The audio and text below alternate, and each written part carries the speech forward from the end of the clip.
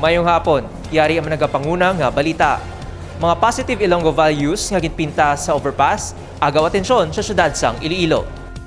Nangin maninuago ng itsura sang overpass sa Benigno Aquino Avenue matapos iniginpintahan sa nagkalain-lain nga duag. Ubra inisang grupo sa mga Ilonggo artists bilang suporta sa lokal nga panguluhan sa tinutuyo nga mapatahom ang syudad pinaagi sa pagpinta sa mga pampubliko nga lugar. Agaw atensyon man ang mga tinaga nga ginpinta sa mga hagdan nga nagapakita sa positibo nga karakter sang mga Ilonggo. Ang mga positive Ilonggo values ang kaangay sang pahanumdom para mangin maayo sa isig kapareho. Suno kay Mayor Jerry Treñas ang pagpinta sa mga pampubliko nga lugar ang madugay na nga ginaubra sang lokal nga pamunuan. Tinutuyo sini nga mahatagan sang inspirasyon ang mga Ilonggo pinaagi sa matahom nga edipisyo kag mga proyekto.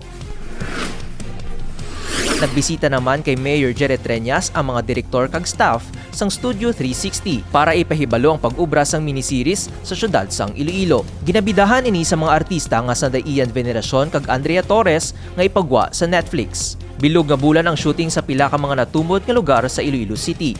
Mangin kahigayunan ini para mapasundayag ang matahom nga destinasyon sa Iloilo bangod sang proyekto. Ginkalipay sang alkalde ang balita bangod pinaagi sini mapakita sa bilog nga kalibutan kung ano katahom kag mainuswagon ang syudad sang paghigugma. Ang dugang nga detalye bantayan karon alas 6 gabi sa Level Up Patrol. Ako si Michael Sarate.